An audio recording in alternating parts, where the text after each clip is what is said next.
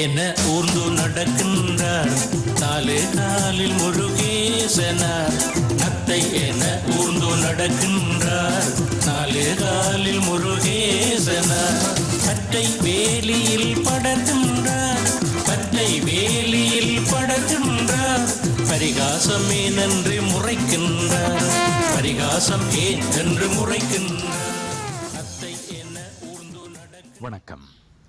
இலங்கையில் மெல்லிசை, பொப்பிசை இவ்விரண்டின் நதி மூலம் இலங்கை வானொலியின் வர்த்தக சேவை என்பதை எவராலும் மறைக்கவோ மறுக்கவோ முடியாது. என்னுடைய கடந்த கால நினைவுகளை சுமார் 42 ஆண்டு காலம் பின்னோக்கி பார்த்தால் 1967ஆம் ஆண்டு நான் இலங்கை வானொலி வர்த்தக சேவையில் ஒரு அறிவிப்பாளனாக இணைந்த காலத்திலே முழுக்க முழுக்க இந்திய திரைசை பாடல்கள் தான் இலங்கை வானொலியை ஆக்கிரமித்திருந்தன. நம்மவர்களுக்கு களமமைக்கும் நிகழ்ச்சிகளை உருவாக்க வேண்டும் என்ற எனது முயற்சியில் நவரசக்கோவை போன்ற நிகழ்ச்சிகள் வடிகாலாக அமைந்தாலும் கூட ஒரு குழுவாக முனைந்து இந்த முயற்சிகளுக்கு கை கொடுக்க அந்த நாளில் எவரும் இருக்கவில்லை. ஆனால் 70களின் ஆரம்பத்தில் ஒரு புதிய படை ஒன்று வானொலி நிலையத்தில் இணைந்தது. இளைஞர் படை. ஆம், தமிழ் ஒலிபரப்புக்கென்று தமிழ் ஒலிபரப்பு உதவியாளர்கள் என்ற அணி இசை, நாடகம் என்ற பல்வேறு துறைகளிலே நல்ல ஆர்வமும் படைப்பாற்றல் திறனும் கொண்ட இளைஞர் அணி. அவர்களிலே KM வாசகர் அவர்கள், சேனா ஜெயபாலன் அவர்கள், S ராமச்சந்திரன் அவர்கள், P விக்னேஸ்வரன் அவர்கள், டேவிட் ராஜேந்திரன் என்று வரிசையாக சொல்லிக்கொண்டே போகலாம். இப்படியான ஒரு காலகட்டத்தில் தான் இந்த தமிழ் பொப்பிசை என்ற புதிய இசை வடிவம் உருவானது. இந்த இசை வடிவத்துக்கு தமிழ் பொப்பிசை என்ற பெயர் சூட்டியவர் திரு விவியன் நமசிவாயம் அவர்கள். அது எப்படி நிகழ்ந்தது என்றால் அது ஒரு சுவையான சம்பவம். எங்கள் இலங்கை வானொலி வர்த்தக சேவையில் மலிபன் கவிக்குரல் என்ற ஒரு நிகழ்ச்சி SK பரராஜசிங்கம் அவர்களால் நடத்தப்பட்டது. மறைந்த இசையமைப்பாளர் MK ரொக்சாமி அவர்களின் துணையோடு பழைய நாட்டு பாடல்களுக்கு புது மெட்டமைத்து அந்த நிகழ்ச்சியில் SK பரராஜசிங்கம் அவர்களும் அவரோடு கோகிலா சுபத்ரா சகோதரிகளும் பாடி வந்தார்கள். நிகழ்ச்சியை தயாரித்து வழங்கியவர் காவலூர் ராஜதுரை அவர்கள். அந்த பாடல்கள் அற்புதமாக இருந்தன.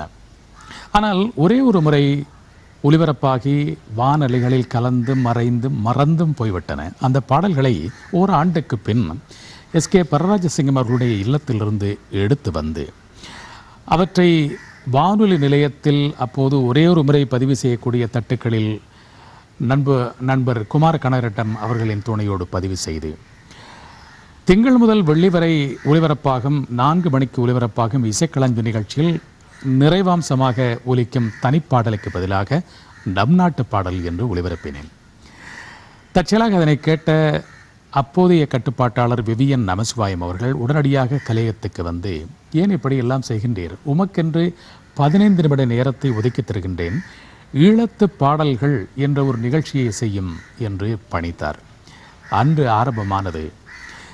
மலிபன் கவிக்குரல் பாடல்களை நாம் ஒலிபரப்பிய காலத்திலேயே அரங்கேற்றம் என்ற ஒரு நிகழ்ச்சியை SK பரராஜசிங்கம் அவர்களோடு இணைந்து நான் நடத்தி வந்தேன். அதிலே வில்சன் அவர்களின் தண்டர்ஸ்பார்க்ஸ் குழுவினர் வத்தளை பகுதியில் வாழ்ந்து வந்தவர்கள் நிலைய கலையத்துக்கு வந்து D எனும் அந்த கலையத்திலே சில பாடல்களை ஒலிப்பதிவு செய்தார்கள். அந்த நாளிலே யாழ் மண்ணிலே குறிப்பாக வடக்கு பிராந்தியங்களில் தெற்கின் பைலா பாடல்கள் மிக பிரபலமாக இருந்தன. அந்த பைலா பாடல்களை சிங்கள மொழியிலேயே பாடியவர்களும் யாழ்ப்பாணத்தில் இருந்தார்கள். அதே வேளையில் அந்த மெட்டுக்களை அடியொட்டி தமிழ் வார்த்தைகளை கோர்த்து தமிழ் பைலா என்று பாடல்களை பாடியவர்களும் இருந்தார்கள். அந்த பாடல்கள் தினகரன் விழாக்களிலே பிரபலமான போது அவற்றுக்கு இசை வழங்க சென்ற வில்சன் அண்ட் தண்டர்ஸ்பார்க்ஸ் குழுவினர் அவற்றையும் இந்த அரங்கேற்றம் நிகழ்ச்சியில் கொண்டு வந்து பாடினார்கள். இவற்றையும் ஈழத்து பாடல் நிகழ்ச்சியில் ஒலிபரப்பினால் என்ன என்று நான் நினைத்து மலிபன் கவிக்குரல் பாடல்களோடு சேர்த்து அவற்றையும் ஒலிபரப்பி வந்தேன். இதை கேட்டபோது திருக்கோணமலையில் வாழ்ந்து வந்த இசைக்குழுவினர் பரமேஷ் கோணேஸ்வரி இசைக்குழுவினர் நாமும் இப்படியான பாடல்களை உருவாக்கினால் என்ன என்ற உந்துதலோடு கொழும்புக்கு வந்து கலனியில் இருந்த சரசவிய கலைக்கூடத்தில் MK ரொக்சாமி, பப்பா மிஸ்கின் போன்ற கலைஞர்களின் துணையோடு 4 பாடல்களை பதிவு செய்து முதலாவது இசைத்தட்டை உருவாக்கி எங்களிடம் கொண்டு வந்து தந்தார்கள். இதை கேள்வியுற்ற மற்றொரு நண்பர் பம்பலப்பட்டி பகுதியில் மேஃபேர் என்ற ஒரு உணவகத்திலே முகாமையாளராக இருந்தவர் திரு கனகசபை.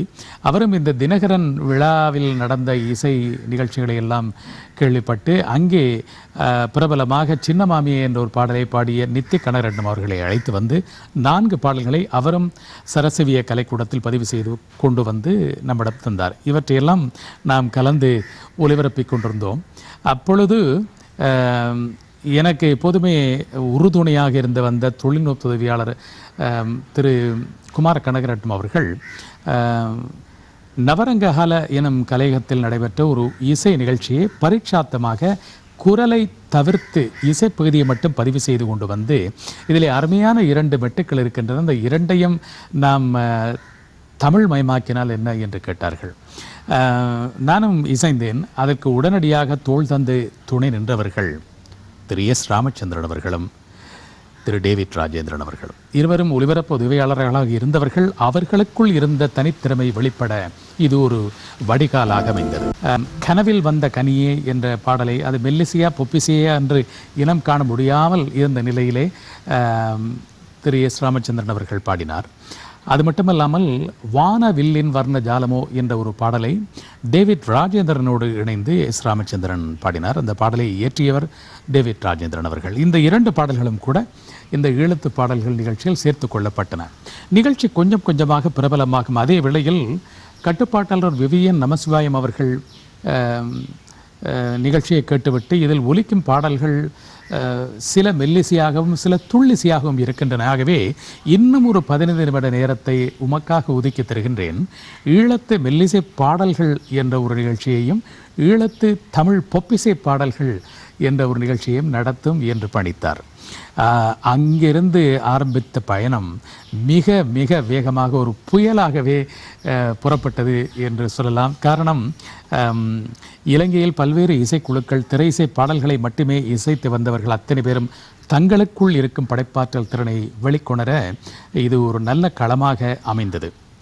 ஏறக்குறைய இதே காலகட்டத்தில் இலங்கை வானொலியில் அரசு மாற்றத்தோடு இலங்கை வானொலியில் ஒரு பணிப்பாளர் சபை அமைக்கப்பட்டது. இந்த பணிப்பாளர் சபையிலே HMP மொஹிதீன் என்ற ஒருவர் வந்தார். அதே காலகட்டத்தில் தேசிய சேவையிலே இசைப்பகுதிக்கு கட்டுப்பாட்டாளராக இருந்தவர் பின்னாளில் பணிப்பாளராகவும் பதவியேற்ற திருமதி பொன்மணி குலசிங்கம் அவர்கள். அவர் முன்மொழிய HMP மொஹிதீன் வழிமொழிந்து தேசிய சேவைக்கென ஒரு மெல்லிசை வாத்திய குழுவே உருவானது. காரணம், வர்த்தக சேவையில் ஏற்பட்ட புரட்சி. வர்த்தக சேவையில் எந்த விதமான முதலீடும் இல்லாமல் முழுக்க முழுக்க ஆர்வம் கொண்டவர்களின் பங்களிப்பால் மெல்லிசை பொப்பிசை என்ற 2 இசை வடிவங்கள் பிரபலமாக ஆரம்பித்த பிறகு தேசிய சேவையும் இதில் முழு பங்களிப்பை வழங்க வேண்டும் என்ற முனைப்போடு ஏற்கனவே கர்நாடக வாத்திய குழு இருந்தது. கர்நாடக இசை வாத்திய குழு மெல்லிசை வாத்திய கோஷ்டி ஒன்று உருவாக்கப்பட்டு அதற்கு ஆர் முத்துசாமி அவர்கள், அவர் ஏற்கனவே சிங்கள இசைத்துறைக்கு பெரும் பங்களிப்பை வழங்கியவர். என்ன காரணத்தாலோ அவர் கொஞ்சம் ஒதுக்கப்பட்டு இருந்த காலகட்டத்தில் அவர் அந்த மெல்லிசை குழுவுக்கு தலைமை தாங்கினார். அங்கேயும் மெல்லிசை பாடல்கள் உருவாகின, இங்கும் மெல்லிசை பாடல்கள் உருவாகின. மெல்லிசை பாடல்கள் ஈழத்து மெல்லிசை பாடல்கள் நிகழ்ச்சியிலும் ஈழத்து தமிழ் பொப்பிசை பாடல் நிகழ்ச்சியில் துள்ளிசையும் ஒலிபரப்பாக எந்த ஒரு பெரும் புரட்சி ஏற்பட்டது என்றால், திரையிசை பாடல்கள் முழங்கி வந்த மேடைகளில் எல்லாம் பொப்பிசை பாடல்களே முழுக்க முழுக்க இடம்பெற்றன. அது மட்டுமில்லாமல் எமது வானொலியில் வர்த்தக சேவையில் விளம்பரதாரர் நிகழ்ச்சி என்றாலே விளம்பரதாரரே முன்வந்து தமிழ் திரை இசை பாடல்கள் வேண்டாம், எங்கள் பொப்பிசை பாடல்களை ஒலிபரப்புங்கள் என்று கேட்கும் காலம். ஓராண்டுக்குள் ஏராளமான பாடல்கள். அதே காலகட்டத்தில் மேலத்தேய இசையிலே இந்த பொப் இசை என்பது மிக பிரபலமாக இருந்தது என்று நான் சொன்னேன் அல்லவா. இவற்றை அடிப்படையாக கொண்டு ராக் சைக்ளோன் என்ற பெயரிலே மிக பிரமாண்டமான திறந்த வெளி அரங்கு நிகழ்ச்சி ஒன்றை கொழும்பிலே குமார் நவரட்னம் என்பவர் நடத்தினார்.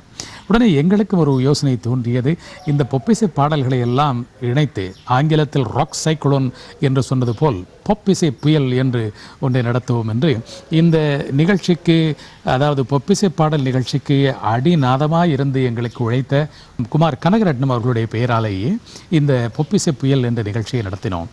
நம்ப மாட்டீர்கள், அன்று போலீஸ் பந்தோபஸ்தோடு நிகழ்ச்சி நடத்தக்கூடிய அளவுக்கு மக்கள் வெள்ளம் நிரம்பி வழிந்தது. கொழும்பு ராமகிருஷ்ண அரங்கிலே நடைபெற்ற அந்த நிகழ்ச்சி வரலாற்று முக்கியத்துவம் வாய்ந்ததாக விளங்கியது. காரணம், அந்த அளவு மக்கள் வெள்ளம் நிரம்பி வழிந்தது. இலங்கையின் எல்லா பாகங்களில் இருந்தும் இசைக்குழுக்கள் வந்தன. மொழிக்கு, அதாவது இசைக்கு மொழி இல்லை என்பதை நிரூபிக்கும் வகையில் அந்த நிகழ்ச்சியின் மிக முக்கிய நாயகர்களாக நமது பொப்பிசை பாடல்கள் மூலம் புகழ்பெற்ற மனோகரணம், ஏற்கனவே பைலா இசையில் சக்கரவர்த்தி என்ற புகழப்பெற்ற MS பெர்னாண்டோ அவர்களும் கலந்து கொண்டார்கள். ஆகவே பைலா சக்கரவர்த்தி என்பதற்கு இணையாக நாம் பொப்பிசை சக்கரவர்த்தி என்று மனோகரனுக்கு பட்டம் சூட்டினோம். அன்று முதல் இன்று வரை அவர் பொப்பிசை சக்கரவர்த்தி என்று அழைக்கப்படுகின்றார். ஆகவே அரங்கு நிறைந்த நிகழ்ச்சிகளாக இலங்கை வானொலி மூலம் புகழ்பெற்ற பொப்பிசை பாடல்கள் நடைபெற ஆரம்பித்ததும் கொழும்பில் மட்டுமல்லாமல் கண்டி, மட்டக்களப்பு, யாழ்ப்பாணம் என்று இலங்கையின் பல்வேறு பாகங்களுக்கும் இந்த நிகழ்ச்சி சென்றடைந்தது. எத்தனையோ கலைஞர்கள் வெளிச்சத்துக்கு வந்தார்கள். இவ்வளவு மக்கள் மத்தியில் பெரும் வரவேற்பை பெற்ற ஒரு இசை வடிவத்தின் மூலம் அதாவது கலை என்றாலே அது கலை மக்களுக்காக என்ற எண்ணத்திலே இந்த பொப்பிசை மூலமும் ஏதாவது நல்ல செய்திகளை பரப்பலாமே என்ற எண்ணம் எங்களுக்கு தோன்றியது. அதற்கும் ஒரு மிக முக்கிய காரணம் உண்டு. பொப்பிசை பாடல்களின் வளர்ச்சியை பார்த்து அறிவியல் ஜீவிகளாக இருந்த கலாநிதி கைலாசபதி அவர்கள், கலாநிதி சிவத்தம்பி ஆகிய பேராசிரியர்கள் எல்லோரும் இணைந்து இலங்கையிலே கொழும்பிலே இருந்த தேயிலை பிரசார சபையிலே பொப்பிசை பாடல்கள், தமிழ் பொப்பிசை பாடல்களை பற்றிய ஆய்வு கருத்தரங்கை நடத்தினார்கள். அப்பொழுதுதான் எங்களுக்கும் எண்ணம் தோன்றியது, அதாவது பிரபலம் புகழ் இரண்டுக்கும் மிகப்பெரிய வித்தியாசம் இருக்கிறது என்று அடிக்கடி கூறுவேன். ஆகவே பொப்பிசை எனும் இசை வடிவத்தை ஒரு புகழுக்குரிய இசை வடிவமாக மாற்ற வேண்டும் என்று எண்ணிய பொழுது அதற்கும் நமது கலைஞர்கள் இசைந்தார்கள். குறிப்பாக நித்திய கனகரட்னம் அவர்கள் கள்ளுக்கடை பக்கம் போகாதே பாடலை பாடினார். எஸ் ராமச்சந்திரன் அவர்கள் மண் வாசனையோடு நத்தை என ஊர்ந்து நடக்கின்றார், 4 காலில் முருகேசனார் என்று மதுவின் தீமைகளை எடுத்து காட்டும் பாடலை பாடினார். இந்த 2 பாடல்களும் மிக மிக பிரபல்யம். அதுபோல் MJ அன்சார் அவர்கள் குடியை கெடுக்கும் கொடியை தொடாதே, நித்திய கனகரட்னம் அவர்கள் சீதனம் சீராக வேண்டுமா, நாடு திருந்த வேண்டும் என்றால் நகரம் திருந்த வேண்டும் என்று ஏராளமான பாடல்கள், சமூக நல்லெண்ண கருத்துக்களை பரப்பும் பாடல்கள் ஒளிபரப்பாகின. பொப்பிசை பாடல்களை பாடியவர்கள் என்று வரிசைப்படுத்தினால் Nithya Kanagaratnam, AE Manoharan, S Ramachandran, SVR Ganapathi Pillai, V Muthazhagu, MJM Ansar, Amudhan Annamalai என்று வரிசையாக இருந்தாலும் கூட 3 பேர் தான் பொப்பிசையின் பட்டப்பெயரால் அழைக்கப்பட்டார்கள். ஒருவர் பொப்பிசை பிதா நித்திய கனகரட்னம், அடுத்தவர் பொப்பிசை சக்கரவர்த்தி AE மனோகரன், 3ஆமவர் பொப்பிசை திலகம் எஸ் ராமச்சந்திரன். எஸ் ராமச்சந்திரன் அவர்களோடு இணைந்து யாழ் மண்ணில் ஏராளமான நிகழ்ச்சிகளை நடத்தி இருக்கின்றோம். அதிலே மிக முக்கியமான 2 நிகழ்ச்சிகளை குறிப்பிட வேண்டும். ஒன்று, புகழ்பெற்ற சர்வதேச மாநாட்டு மண்டபம், பண்டார்நாயக்க சர்வதேச மாநாட்டு மண்டபத்தில் முதலில் நடைபெற்ற நிகழ்ச்சி தமிழ் நிகழ்ச்சி. அதாவது கலை நிகழ்ச்சி என்று எடுத்துக்கொண்டால் கீதா எனும் பத்திரிகையின் ஆண்டு விழாவுக்காக நடந்த நிகழ்ச்சி. அதிலே முழுக்க பொப்பிசை பாடல்கள் இடம்பெற்றன. எஸ் ராமச்சந்திரன் அவர்கள் இதிலே பிரதானமாக கலந்து கொண்டார். அதைத் தொடர்ந்து யாழ்மணிலே அரியாலையில் நடைபெறும் சனசமூக நிலையத்தின் ஆண்டு விழா அல்ல, வெள்ளி விழா நிகழ்ச்சி. அதிலே ஒரு 3 தினங்கள் நடைபெற்ற நிகழ்ச்சிகளில் ஒரு தினம் முழுக்க பொப்பிசை பாடல்களையே மையமாக கொண்டு மிக பிரமாண்டமான நிகழ்ச்சி நடைபெற்றது. நன்றி, வணக்கம். 1க்கு 2 வரும், 10க்கு 100 வரும், வந்ததெல்லாம் ஓடிவிடும். 1க்கு 2 வரும், 10க்கு 100 வரும், வந்ததெல்லாம் ஓடிவிடும். பம்பு சண்டை தேடி வரும், பம்பு சண்டை தேடி வரும்.